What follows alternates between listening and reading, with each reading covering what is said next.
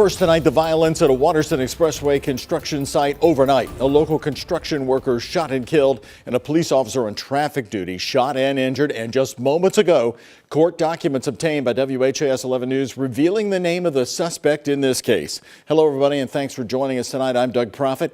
It happened on the Waterston at the Shively-Dixie Highway exit at about 2:30 this morning.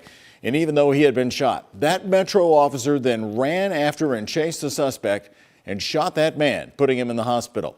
And now here's what we know tonight about the suspect. The man shot by that officer and injured and now charged. Court documents are identifying him as 25-year-old Keyshawn Joseph Kennard Stewart. He's charged with murder, attempted murder of a police officer, attempted first-degree assault of a police officer, first-degree wanton endangerment, fleeing and evading police, and possession of a handgun by a convicted felon.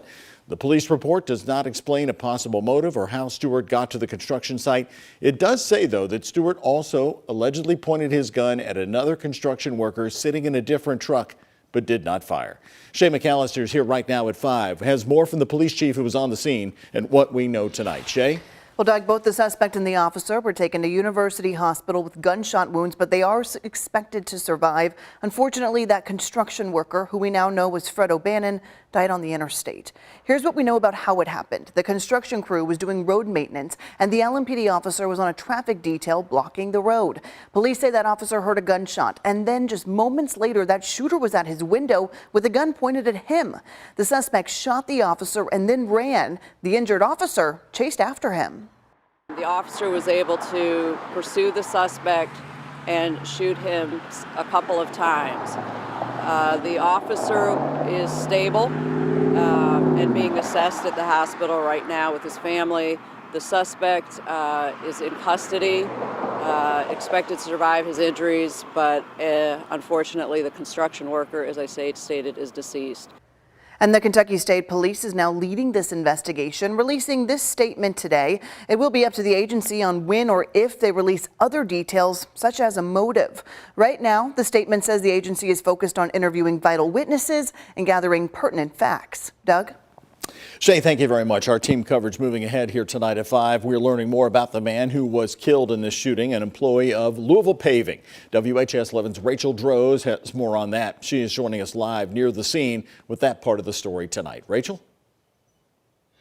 Yeah, Doug, O'Bannon's family obviously very shaken, very emotional about what happened just over my shoulder early this morning. They spent most of the day here in the parking lot I'm actually standing in. A lot of hugs were shared between them. O'Bannon's sister, whose birthday is actually today, says she had just talked to her brother yesterday for what she didn't know would be the last time.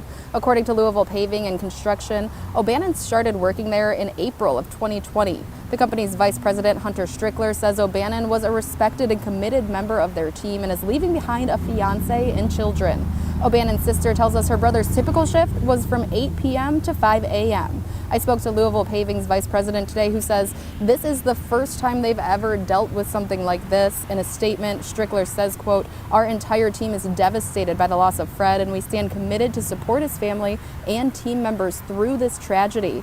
We ask that everyone join us in keeping Fred and his family and friends in your thoughts and prayers." Councilwoman Keisha Dorsey, who represents this Metro Council district, also released a statement saying she's praying for those impacted by the shooting and said, quote, "This is an overwhelming and gut-wrenching time for our city as we face escalating crime and death. Myself and the residents of District 3 are committed to working together to end the senseless violence plaguing our community."